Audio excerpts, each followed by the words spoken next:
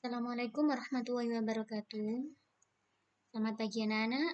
Hari ini kita akan belajar bahasa Jawa tentang nulis ukara nganggo pola jejer, waseso, lesan, lan katerangan.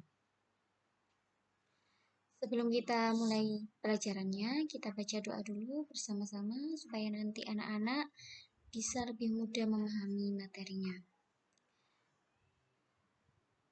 Berdoa dimulai.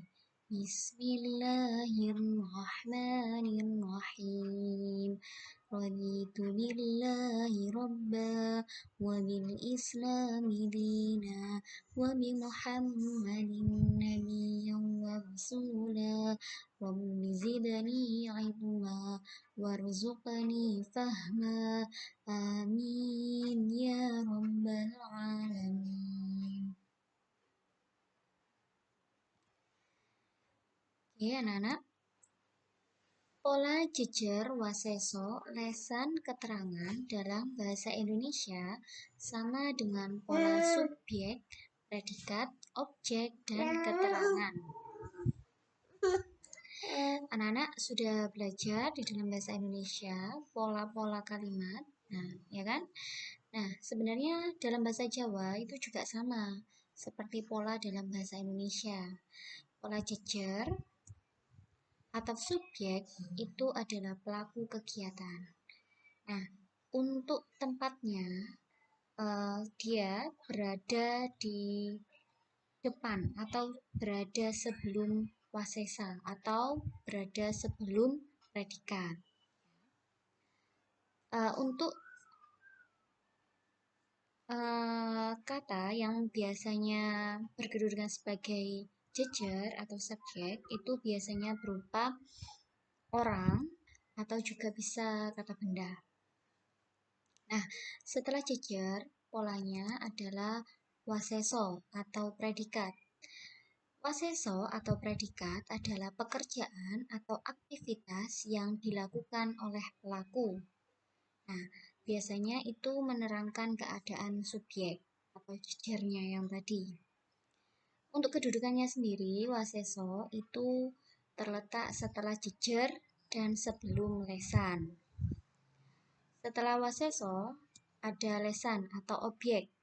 Lesan atau objek adalah perangan kang dituju atau yang dikenai pekerjaan. Biasanya bisa berupa benda atau juga orang juga bisa. Nah, untuk kedudukannya atau polanya, dia tempatnya sesudah waseso. Sesudah waseso, ingat ya. Nah, setelah lesan nanti ada keterangan. Keterangan adalah keterangan penjelas. Biasanya bisa berupa waktu atau tempat. Tadi, jadi sudah anak-anak pahami ya bahwa ukara atau kalimat dalam bahasa Jawa itu biasanya berpola JWLK. Jadi JWLK itu singkatan dari jejer, waseso, lesan, dan keterangan. Kalau sudah paham materinya, sekarang kita masuk ke contoh atau tulodo. Contoh yang pertama, ibu ada kalimat atau ukara sanusi mangan. Nah, sekarang kita cari pola dari kalimat nomor 1 ini. Kita pisah-pisah dulu ya, tiap katanya. Sanusi ini berkedudukan sebagai jejer atau pelaku ya. Kemudian kata yang kedua yakni mangan. Mangan itu dalam bahasa Indonesia berarti makan. Sanusi sedang makan. Nah, berarti mangan dia kedudukannya sebagai waseso atau predikat.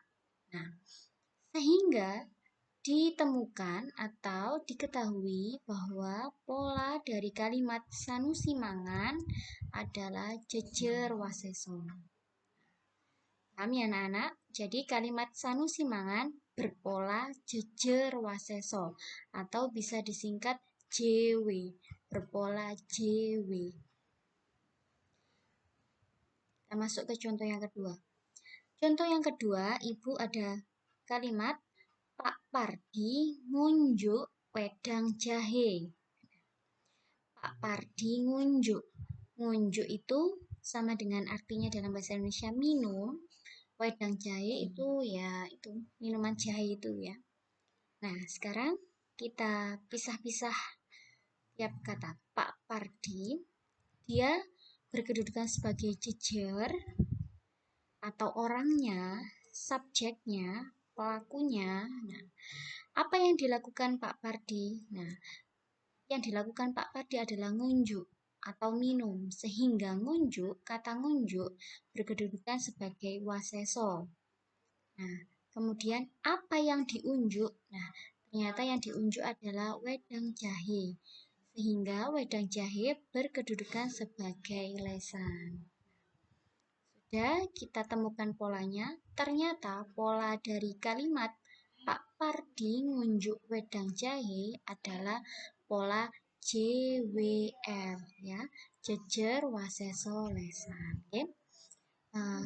Sudah, kalau sudah paham kita masuk ke contoh yang ketiga. Di contoh yang ketiga, Ibu punya kalimat sepatuku disilih lastri.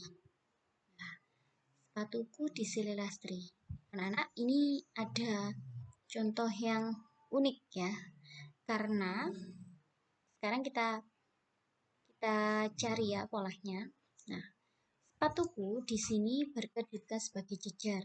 Nah, seperti yang sudah Ibu jelaskan tadi di awal, bahwa jejer atau subjek itu tidak harus orang. Bisa juga dia berupa benda. Nah, sepatuku berkedudukan sebagai jejer. Nah, apa yang dilakukan sepatuku ini? Ya, ternyata sepatuku ini dia kegiatannya adalah disilih. Sehingga disilih berkedudukan sebagai waseso atau dalam bahasa Indonesia berarti predikat.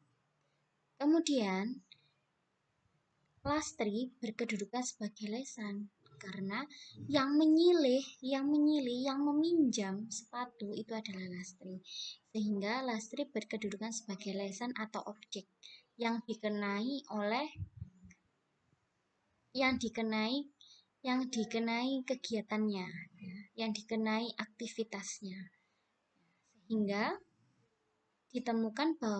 diketahui bahwa polanya adalah JWL atau jejer waseso lesan. Nah, sekarang contoh yang terakhir ada contoh keempat.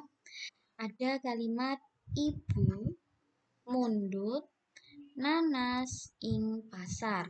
Nah, sekarang kita cari polanya. Ibu, dia berkedudukan sebagai jejer atau pelakunya. Mundut. Nah, mundut artinya di dalam bahasa Indonesia adalah membeli ya. Bahasa Indonesianya membeli. Membeli bahasa kromo inggilnya adalah mundut, sehingga dia berkedudukan sebagai predikat atau kegiatan aktivitas yang dilakukan oleh ibu.